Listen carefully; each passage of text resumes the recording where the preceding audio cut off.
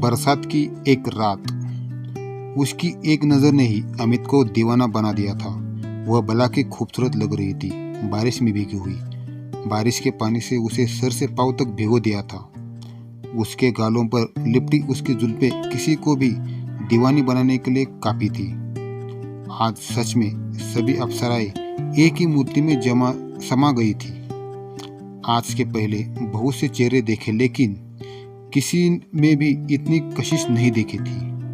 आज सच में धन्यवाद करने का मन कर रहा था उस रोड लाइट का, जिसकी मेहरबानी से उनका दर्शन हो पा रहा था। वह परेशान थी कि उसकी स्कूटी स्टार्ट नहीं हो रही थी। बारिश में भीगी हुई अपनी जुल्फों को जब अपने गालों से हटाती थी तो उसके गालों का दर्शन होता। फिर पानी की एक एक बूंद उसके गोरे गालों से जो टपकती, किसी ऋषि मुनि की तपस्या भंग करने के लिए काफी थी। मन इस बारिश का भी शुक्रिया अदा कर रहा था, जिसके कारण आज जन्नत के दर्शन जमीन पर हो रहे थे। सभी बारिश के रुके थे। मुझे आज भीगने का मन था, जिसके कारण आज इस खूबसूरत लम्हे का दर्शन कर पाया। और कहते हैं ना कि कभी अपने मन का भी कर लेना चाहिए। मैंने कहा, मैं कुछ हेल्प करूं? उसने पलट कर देखा। उसे इस बात का ख्याल ही नहीं था कि उसके इस कमाल के हुस्न का दर्शन कोई बहुत देर से कर रहा है। वह तो अपनी स्कूटी स्टार्ट करने में लगी थी। वह थोड़ी दूर हटी। मैंने एक किक मारी और स्कूटी स्टार्ट हो गई। उसने कहा, आप मैकेनिक हैं? मैंने कहा, नहीं, बहुत जल्दी में कभी कभी गाड़ी स्टार्ट नहीं होती। वह स्कूटी पर बैठ गई, अपना हाथ आगे बढ़ाया। परी, मेरा नाम परी है। मैं अमित। उसका हाथ छोड़ने का मन तो कर नहीं रहा था, लेकिन हीरो से जीरो नहीं बनना चाहता था, इसलिए परी के कोमल हाथों को छोड़ दिया। परी ने बाय बोला और चली गई। मैं उसे देखता रहा जहाँ तक वह दिखी मुझे। मेरी आंखों से नींद गायब थी। बस यही सोच रहा था, इस परी से क्या फिर मिलूंगा? कभी दोबारा दर्शन होंगे या नहीं उस खूबसूरत गुलाबी चेहरे के? उन मुलायम हाथों का स्पर्श कभी होगा? तभी कुछ दिनों के बाद एक मैरिज पार्टी में सभी अपनी मस्ती में थे। कुछ बच्चे डीजे की धुन पर थिरक रहे थे। कुछ औरतें आपस में हंसी के ठहाके लगा रही थी। मैं अपने दोस्तों का इंतजार कर रहा था, जिसके भाई के मैरिज पार्टी में आया था। क्योंकि मैं किसी को नहीं जानता था, इसलिए वह बोरिंग पार्टी लग रही थी। अमित बहुत देर बाद होटल से बाहर चला आया। पार्किंग के पास आकर उसने अपने दोस्त रवि को दोबारा फोन किया। अमित, कहाँ है यार? 5 मिनट बोला था और अभी आधे घंटे हो गए। रवि, थोड़ा देर रुक, अभी आता हूँ। अमित वही होटल के बाहर ही टहल रहा था कि कुछ देर बाद एक स्कूटी पर वही खूबसूरत लड़की परी शायद अपनी माँ के साथ अंदर आई और पार्किंग में गाड़ी पार्क करने चली गई। अमित मन में सोचने लगा, स्कूटी के पीछे बैठी औरत को कहीं देखा है, लेकिन उसे याद नहीं आ रहा था। वो दोनों कुछ देर में गाड़ी पार्क करके आ गई। अमित जैसे उनको दोबारा देखा उसे याद आ गया, वह मिसेस रेखा है। दुआ इतनी जल्दी कबूल होती है, कभी सोचा न था। अभी कल ही बारिश में जिसके दर्शन हुए, जिसको याद करके रात भर करवटें बदलता रहा, वह आज मेरे सामने थी। कल बारिश में जितनी खूबसूरत लग रही थी, उतनी ही आज भी निखार है। उनके हुस्न में फर्क बस इतना था, बारिश के कारण कि जो रेशमी जुल्फें उनके गालों में चिपक रही थी, वही आज हवा में लहरा कर उसके गालों को चूम रही थी। खुदा ने बहुत ही फुर्सत से तेरे हुस्न को तराशा हुआ है। काश तेरे हथेलियों पर मेरा नाम लिखा हो खुदा ने। रेखा जी, कैसे हो? अमित। रेखा जी अमित को पहचान गई। अमित, ठीक हूँ, आप कैसी है? रेखा जी, ठीक हूँ, किसी का इंतजार कर रहे हो? अमित, रवि का। रेखा जी, अच्छा ठीक है, अभी हो ना? अमित जी। रेखा जी, तो मिलना बिना मिले नहीं जाना। रेखा जी ऐसे बात कर रही थी जैसे उनको बरसों से जानती हो। परी और अमित। अमित, ठीक हूँ। रेखा, कैसे जानती हो तुम अमित को? परी, बताया तो था कल रात बारिश में स्कूटी स्टार्ट नहीं हो रही थी तो। अमित। रेखा, तो वह अमित था, रवि का दोस्त है। रवि के बर्थडे पार्टी में मुलाकात हुई थी। बहुत अच्छा लड़का है, मुझे घर तक छोड़ा था उस दिन। परी, क्या याददाश्त है आपकी? 6 महीने पहले जिससे मिली थी वह याद है? बात करते करते दोनों होटल के अंदर पहुंच गई और वहाँ मिसेस चड्डा और उनकी दोनों बेटियों से उनकी मुलाकात हुई। इधर रवि भी 15 मिनट में होटल आ गया, अपने बड़े भाई को भाभी न्यू कपल के साथ। रवि, भाई अमित, ये है हमारी भाभी। कैसी हो? रवि बहुत खुश था अपनी नई नवेली भाभी के साथ। अमित, बहुत खूबसूरत है।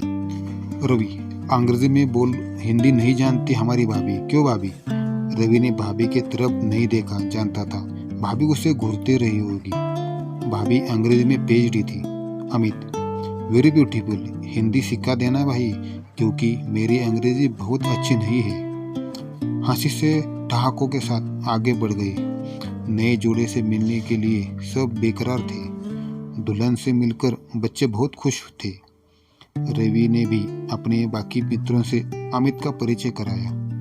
पार्टी को सब एंजॉय कर रहे थे।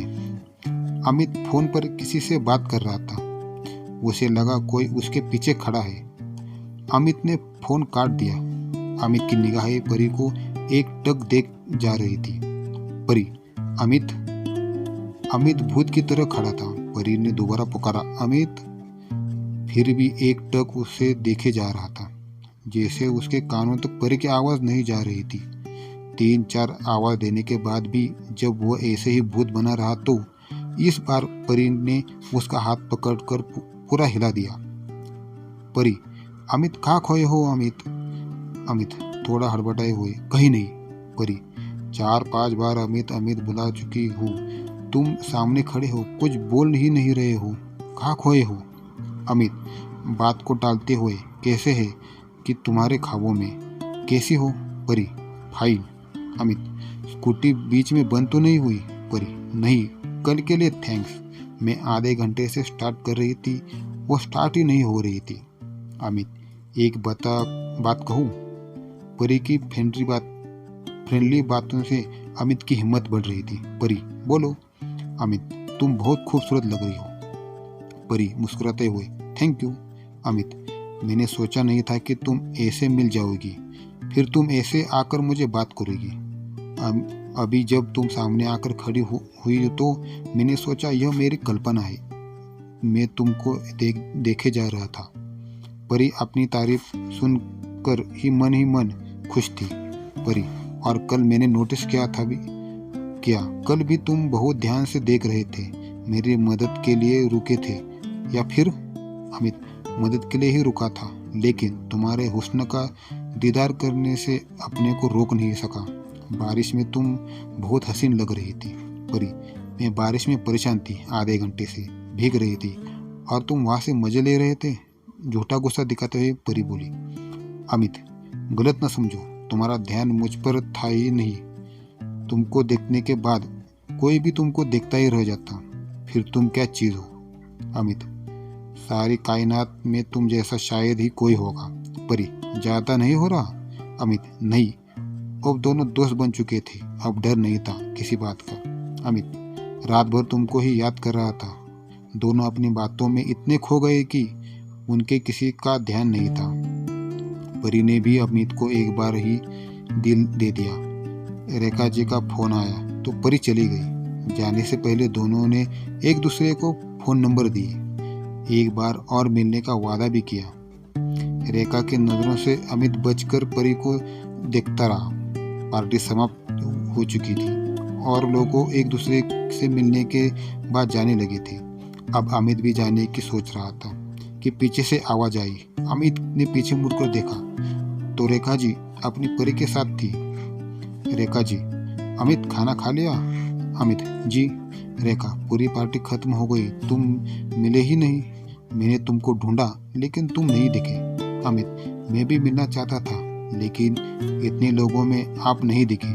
वह झूठ बोल रहा था, वह तो परी के साथ ही था। रेखा जी, कभी घर पर आओ। अमित, आऊँगा। रेखा जी, कल संडे है, कल आओ, मैं कल तुम्हारा इंतज़ार करूँगी। रेखा जी ने अपना नंबर दिया और उसको भी नंबर दिया। अमित और परी के चेहरे पर एक अलग ही मुस्कान थी और कल फिर मिलने की खुशी थी। अब दोनों के मिलने का सिलसिला शुरू हो गया। कहते हैं दोस्तों, इश्क के राज छुपाई नहीं छुपते। दोनों के रिश्तों की खबर रेखा को भी लग गई। मगर होना क्या था, रेखा को तो अमित पहले से ही पसंद था। उसने अपने दामाद के रूप में पाकर आज भी वो बहुत खुश थी। दोस्तों, बरसात की एक रात ने दो दिलों को हमेशा के लिए एक कर दिया था। दोस्तों, ऐसे ही रोमांटिक कहानी सुनने के लिए हमारे YouTube चैनल को सब्सक्राइब करो, लाइक करो और शेयर करो। Thank you.